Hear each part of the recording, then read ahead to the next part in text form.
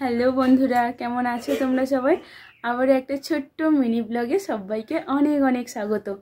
কেমন আছো অবশ্যই জানাবে। আর বাবা খুব যে ভালো তা বলবো না, খুব একটা ভালো নেই, তারই মাঝে আছে।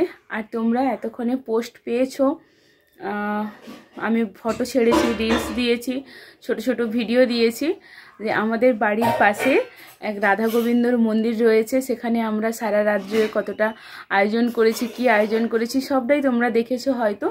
তো সেখান থেকে আজকে পুজো ছিল, পুজোর জন্য এই দেখো ওখান থেকে মিষ্টি আর হচ্ছে পায়েস দিয়ে গেছে।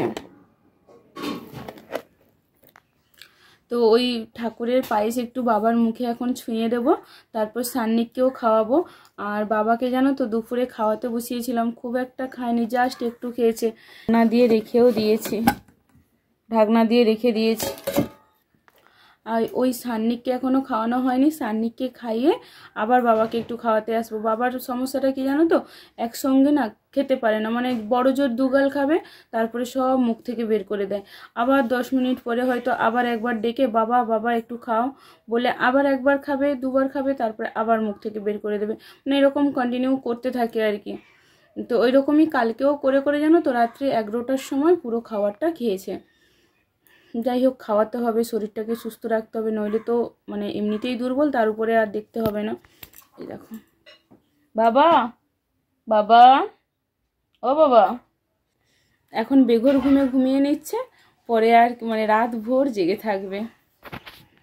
আর জানো তো তোমরা তো মানে খুব ইচ্ছে ছিল মন্দিরের পুজোটা তোমাদের সঙ্গে শেয়ার করব, যাব সব কিছু।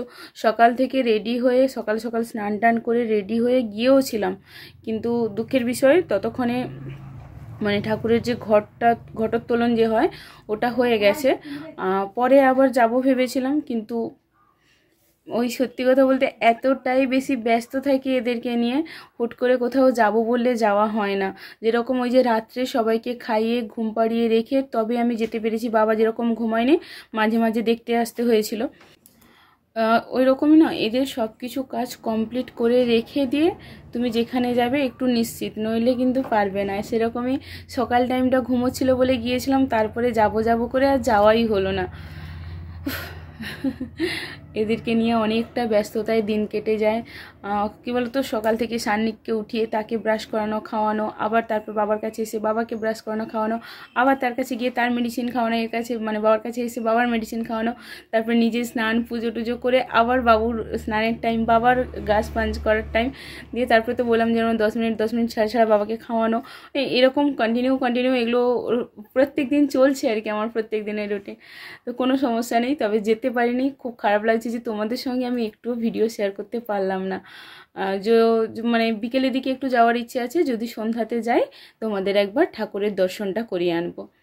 তো চলো এখন আপাতত বাবাকে একটু প্রসাদটা খাইয়ে দিই।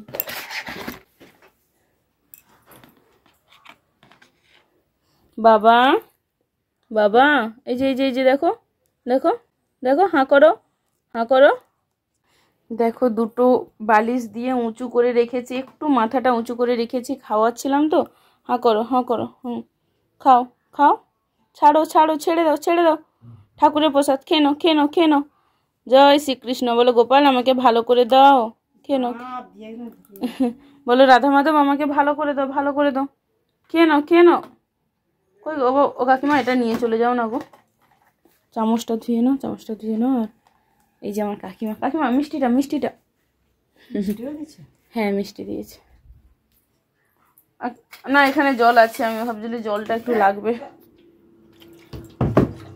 বাবা মুখেরটা শেষ করে নাও।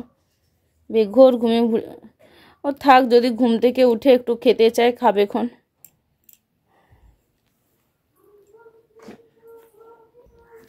আর আজকে তো বাড়িতে পূর্ণিমা পুজো রয়েছে, সেটা নিয়েও অনেকটা ব্যস্ততা, সব কিছু প্রায় জোগাড়, শুধুমাত্র ফলটা কাটা হয়নি।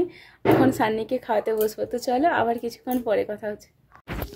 না না, আজকের ব্লগটা এখানে শেষ করে দিই, নইলে তো আর মিনি ব্লগ থাকবে না, সেই অনেকটা লং হয়ে যাবে, তাই না? আর এটা মিনি ব্লগ হিসেবেই থাক। তারপর যদি বিকেলে আমি বেরোই, বিকেলে তোমাদের ঠাকুর দর্শন আর একটা ব্লগে ঠাকুর দর্শন, বাড়ির একটু পূর্ণিমা পুজো সবটা নিয়ে ছোট্ট একটা ব্লগ আবার তোমাদের সঙ্গে শেয়ার করবো। তো চলো টাটা, সবাই ভালো থাকবে, সুস্থ থাকবে। আর যদি আমাদের ভিডিওগুলো ভালো লাগে তাহলে প্লিজ লাইক কমেন্ট শেয়ার করো আপনজনদের মাঝে। আর হ্যাঁ, ইউটিউব থেকে হলে চ্যানেলটাকে সাবস্ক্রাইব করে দিও, আর ফেসবুক থেকে হলে পেজটাকে ফলো করে দিও। টাটা।